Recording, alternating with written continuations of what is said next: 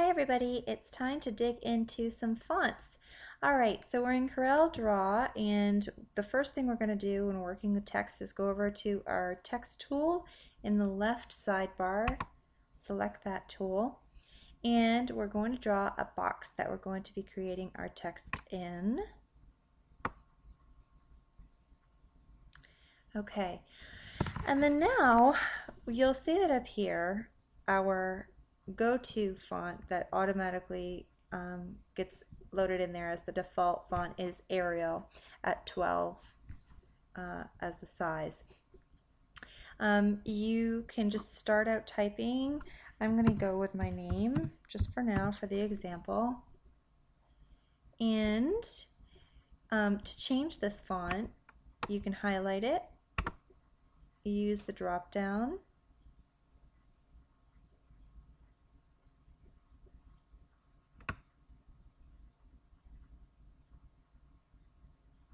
and I think down here I will, if I can remember the name of the font that we just downloaded in the previous video, right here. Here we go. Let's stick with this one. Alright, this is the one we grabbed from fontsquirrel.com. Now my Alicia script is in the new font that we have just added to our computer drop down. You can drag and drop this. If you're working with two fonts, I like to, or two words or multiple words, I don't tend to write it all in one box. Usually, I'll just say if it was like Alicia Happy Daisy Floral Shop or whatever, or Alicia's Happy Daisy Floral Shop, something like that. I don't know, it's just off the top of my head, but I would go in and type Alicia's and then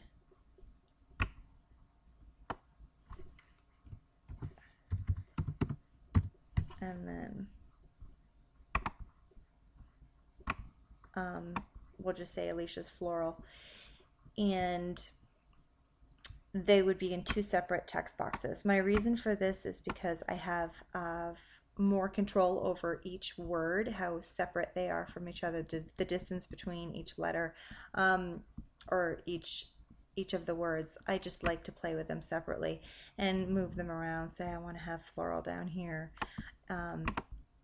I wouldn't be able to do that easily if it was all in the same text box. So that's why I always break up my words in separate text boxes. Okay, so anyway, we're going to stick with the basics right now and add some fun things to Alicia's, and also play around with turning this into a manipulative or a editable shape instead of just a text. So, all right, we are going to make this a little larger. You can highlight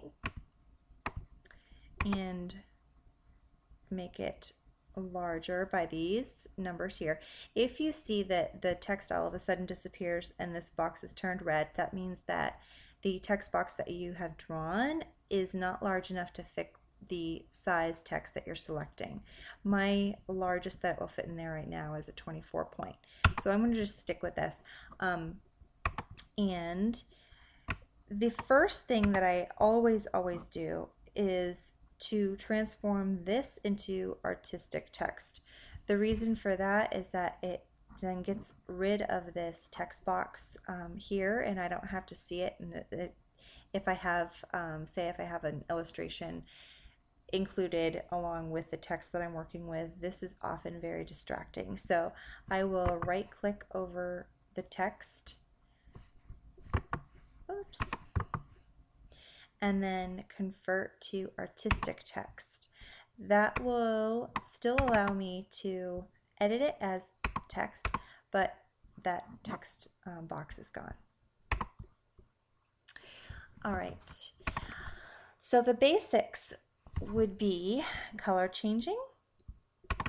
We could highlight and come over to our color bucket and select a new color, either from the palettes or the models. I'll say I'm going to go with like a pinky color or a salmony color. You could do just a portion, a different color. Okay. You could do a gradient. Come over here with the fountain fill. And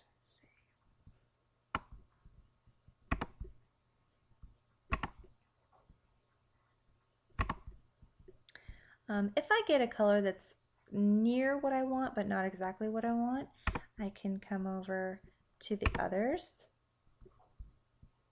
models, and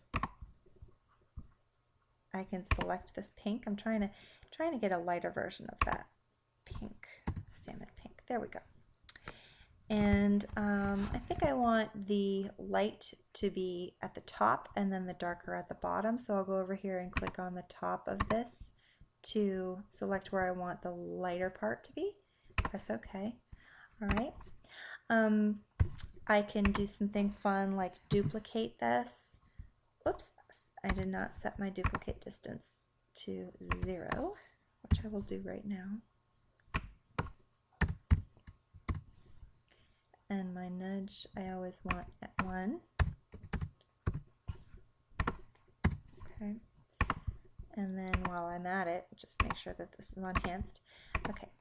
I could duplicate this and say I want to add a little drop shadow look without using the drop shadow tool, which I actually dislike in this program. So I always create my own drop shadow shape by duplicating the shape and moving it behind it. And then I can give it maybe a transparency for the drop shadow so it's not so harsh. Uniform. Okay. Or I could give it a pattern transparency for the drop shadow. I could always go in here and also add an outline to the image by clicking on the pen tool, and right now it has no outline selected, but I can go and I can add a small outline, and I always click behind fill, scale with image, and if you wanted a different type of outline, that would be where you would select this. For shapes or outlines that have crisp corners, I always stick with a crisp corner. If I have something more of like a rounded shape that I'm working with and I want nice smooth edges instead of the square here and there, I'll change to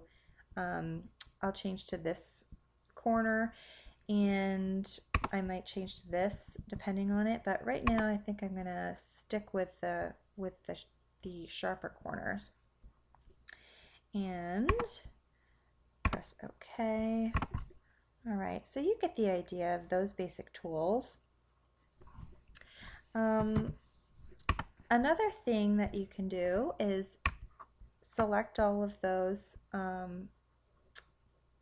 shapes, and you can, once this is all selected, you'll get this little X arrow in here. Click it one more time, and then all of a sudden the arrows on the outside of this box change to movable, like a movable arrow command, and you can change the tilt or the angle of rotation as it's listed up here. If you want an exact 45-degree angle, you can come up here and type it in, press enter, or you can just drag it and watch where the numbers are landing, or just by eye. That's a cool thing. Also, I know a lot of sign makers who do the old-fashioned signs.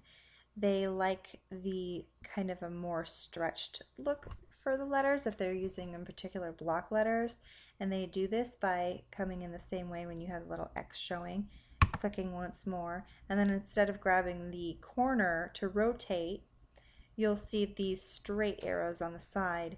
You can slide the bottom over or slide it to a diagonal instead of tilting. It just gives the font a slightly different shape than a tilt would. Okay. All right. Now let's say I want my A to be a lot larger than the others. I could go in here and make this larger as with the font size up here. But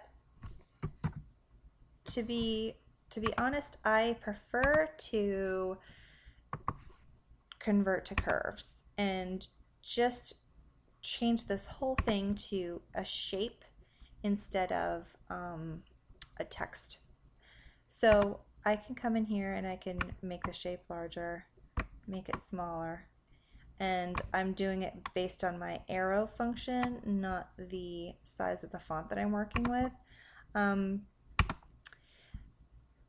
Another thing while I'm in here, I'm just kind of playing with some different things. If I wanted to kind of have a drop shadow that's like a reflection, I could select that back layer and do a mirror and move it down.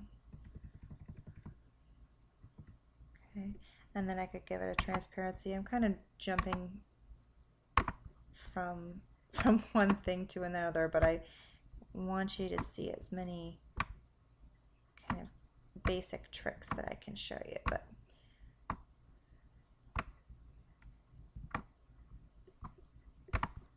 and then if I'm doing this, I always make sure that the lowest part is touching. So it would be something like that.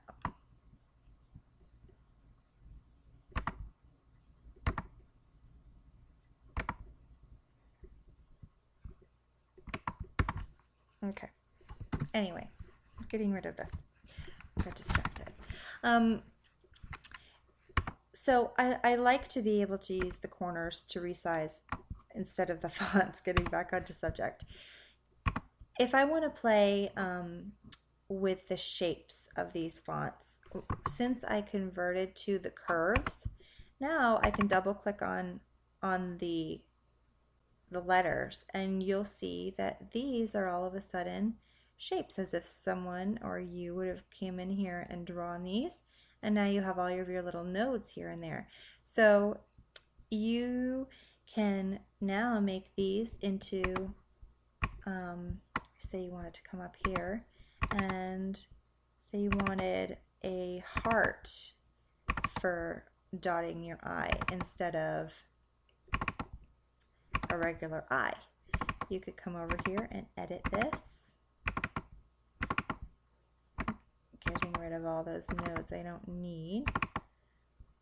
Well, I'll keep that one just to kind of keep that uniform. And play with these arrows until you get our heart shape. And this font is no longer editable as a font. It is now a shape. So if you are going to do this, make sure that you do not have to further edit the text as far as spelling the words that you're using, because you won't be able to do that. You'll have to start all over again and then convert it to a shape after you have already fixed your little arrows that you go back and change.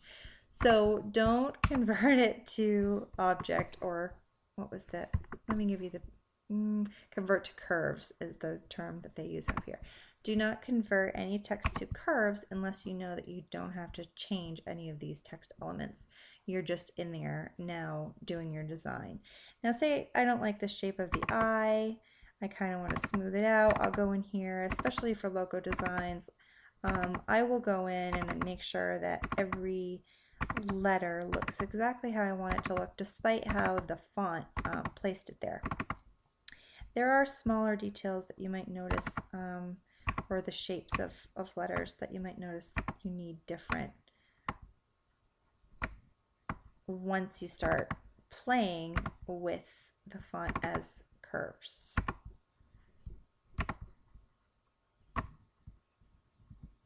Okay, so now all of a sudden we have this fun ability to use the shapes of the letters as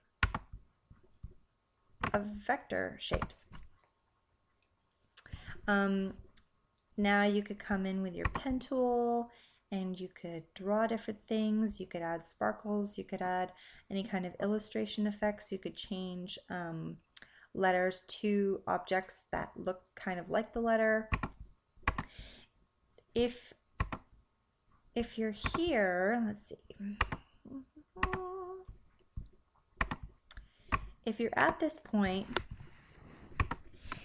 and now you decide that you want to make the A bigger, you don't have the ability anymore to grab the A as an individual shape yet, like you would if you were to go in and highlight it and change the font size.